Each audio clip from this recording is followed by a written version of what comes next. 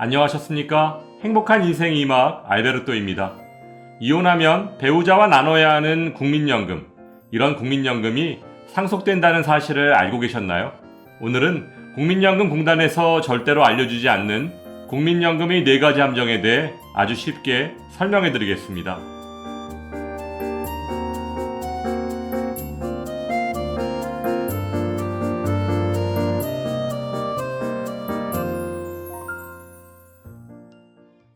본격적인 설명에 앞서 국민연금 가입자가 받을 수 있는 연금은 크게 3가지로 나눌 수 있습니다. 국민연금을 10년 이상 납입하면 받을 수 있는 노령연금, 국민연금 가입자가 장애를 입으면 받을 수 있는 장애연금, 국민연금 가입자가 사망했을 경우 유족이 받을 수 있는 유족연금. 따라서 어르신들께서 굉장히 헷갈려 하시는 노령연금은 국민연금과 같은 연금이고, 만 65세가 되면 신청하실 수 있는 기초연금과 노령연금은 전혀 다른 연금입니다. 이혼한 배우자의 국민연금을 나눠받는 수급자 수가 10년 새에 6.5배 증가한 것으로 나타났습니다.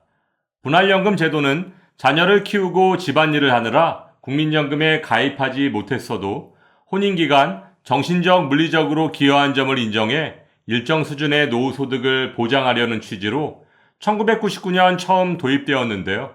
2010년까지만 해도 분할연금 수급자 수는 4,632명에 머물렀지만 2013년 75,985명으로 급속히 증가하고 있습니다.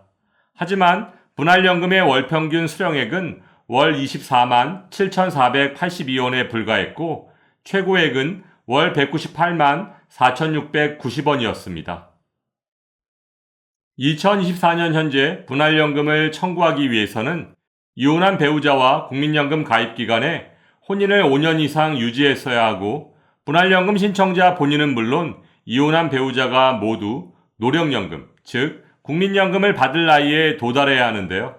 분할연금은 2016년까지는 혼인기간에 형성된 국민연금 자산에 대해 일률적으로 5대5 비율로 연금을 나눴지만 2017년부터는 당사자 간 협의나 재판을 통해 분할 비율을 정할 수 있습니다. 또한 분할연금을 청구할 권리는 수급권이 발생한 때로부터 5년 이내에 신청하지 않으면 소멸됩니다. 다음은 유족연금의 4가지 숨겨진 함정에 대해 말씀드리겠습니다. 유족연금의 숨겨진 함정 첫 번째는 국민연금공단에서는 노령연금, 장애연금, 유족연금 이 3가지 연금을 절대로 중복 지급하지 않습니다. 쉽게 말해 배우자 사망 시 유족연금과 본인의 노령연금 중 한 가지를 선택하셔야 한다는 것인데요. 예를 들어 노령연금을 남편 200만원, 아내 80만원을 받으시다가 남편이 사망했다면 아내분께서는 다음의 2가지 중 딱 한 가지만을 선택하셔야 합니다. 1. 남편의 유족연금을 포기한다.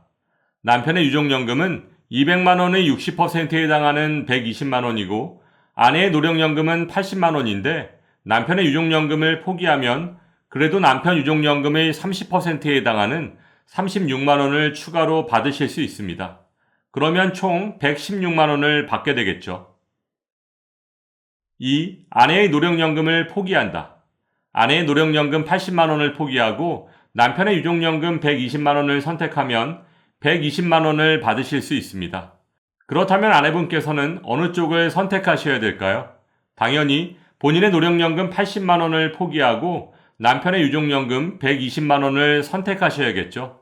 따라서 그동안 열심히 납부했던 아내의 노령연금은 제대로 받아보지도 못하고 그대로 소멸될 수 있습니다. 너무 불합리하지 않나요? 유족연금의 숨겨진 함정 두 번째는 유족 범위의 제한입니다. 상속의 경우에는 지분율에 따라 배분되지만 유족연금은 최우선 순위자에게 몰아서 주는 차이가 있습니다. 유족연금의 순위를 설명드리면 1순위 배우자, 2순위 25세 미만 자녀, 3순위 60세 이상 부모, 4순위 19세 미만 손자녀, 5순위 60세 이상 조부모 순입니다. 따라서 유족연금은 1순위인 배우자에게 지급되는 경우가 가장 많을 텐데요. 만일 국민연금 가입자가 60대에 사망했는데 배우자가 없다면 어떻게 될까요? 물론 다음 순위가 유족연금을 받으면 되겠지만 2순위인 사망한 60대 가입자의 자녀 나이는 25세가 넘었지만 미혼일 가능성이 높고 3순위인 부모는 생존에 계실 가능성이 희박합니다. 그러니 조부모는 말할 것도 없겠죠. 따라서 배우자가 없다면 유족연금을 받기가 그리 쉽지만은 않습니다. 개인연금의 경우는 가입자 사망 시 남은 연금을 지정한 누구에게나 지급이 가능한 것과 비교한다면 상당히 불공평하다고 할 수 있습니다. 그래도 유족연금을 받을 수 있는 대상이 없어서 유족연금 지급이 안 된다면 장례비 정도의 사망 일시금을 친척 등에게 지급하고 있습니다. 여기서 사망 일시금은 기준 소득 월액의 4배 이내로 제한하고 있으므로 약 1,000만 원 정도까지는 받으실 수 있습니다. 유족연금이 숨겨진 함정 세 번째는 유족연금은 재혼하면 소멸됩니다. 만일 노령연금 100만 원을 받던 남편의 사망으로 인해 유족연금 60만 원을 받던 아내가 재혼한다면 그동안 받아왔던 유족연금은 소멸되는데요. 여기서 중요한 것은 중단과 소멸의 차이입니다. 만일 재혼 후 다시 이혼이나 사별로 인해 혼자가 되었을 경우 재혼으로 인해 유족연금이 중단되었던 것이라면 다시 받을 수 있겠지만 재혼을 하면 유족연금이 완전히 소멸되는 것이기 때문에 다시 받을 수 없습니다. 따라서 배우자와 사별 후 유족연금을 받으시다가 재혼을 하시는 경우 유의하시기 바랍니다. 유족연금의 숨겨진 함정 마지막 네 번째는 직영연금과의 차별입니다. 먼저 국민연금의 유족연금은 가입기간에 따라 40에서 60%까지 차등 지급하지만 직영연금, 즉 공무원연금, 군인연금, 사학연금, 별정우체국연금의 유족연금은 무조건 60%를 지급하고 있습니다. 하지만 국민연금과 직영연금의 차별은 여기서 그치지 않습니다. 조금 전 설명드렸던 것처럼 국민연금을 함께 가입한 부부는 배우자의 유족연금을 포기하면 유족연금의 30%를 받을 수 있지만 직영연금을 함께 가입한 부부는 배우자 유족연금을 포기하더라도 유족연금의 50%를 받을 수 있습니다. 이렇게 20%나 차이가 나게 되는 거죠. 또한 본인은 국민연금을 가입하고 배우자가 직영연금을 가입했을 경우, 즉 부부가 서로 다른 연금에 가입했을 경우엔 본인 노령연금은 물론 배우자 유족연금까지 모두 받을 수 있습니다. 하지만 국민연금공단에서는 국민연금과 직영연금은 체계가 완전히 다르기 때문에 중복 지급을 할 수밖에 없다고 밝히고 있지만 최근 국민연금의 추납 임의가입, 이미 계속가입 가입자가 지속적으로 줄어들고 있는 것은 바로 이런 국민연금의 불합리한 구조 때문 아닐까요?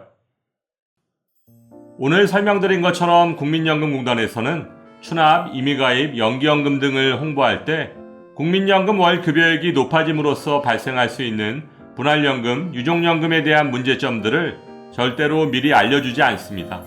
따라서 황혼, 추납, 임의가입 등을 고려할 때 본인의 상황을 철저히 점검하고 결정하시기 바라며 오늘도 알베르토가 어르신들의 행복한 인생 2막을 응원하겠습니다. 행복한 하루 되세요. 좋아요, 구독, 그리고 알림과 공유는 좋은 콘텐츠를 만드는 힘이 됩니다.